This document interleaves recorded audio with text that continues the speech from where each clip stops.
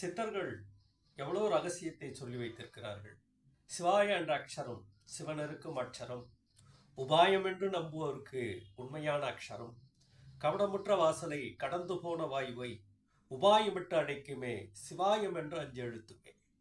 யார் சிவாய நம என்று சிந்தனை செய்கிறார்களோ போன உயிர் கூட திருப்பி ஒட்டி, அப்படியாப்பட்ட சக்திகள் வாய்ந்தவர் தான் சிவபெருமான். இதுவும் கடந்து போகும், இந்த நிலை மாறும் என்று கூட சித்தர்கள் சொல்றாங்க. இந்த வாழ்க்கை எல்லாமே கடந்து போய்விடும். நம்ம வாழ்க்கையில சிவனை நினைக்க வேண்டும். சிவனை நினைத்தால் அவன் அருளாலே அவன் தாள் வணங்கி என்று சிவபுராணம் சொல்லுது. அப்போ அவன் அருள் இருந்தாதான் நமக்கு எல்லா நன்மைகளும் கிடைக்கும்.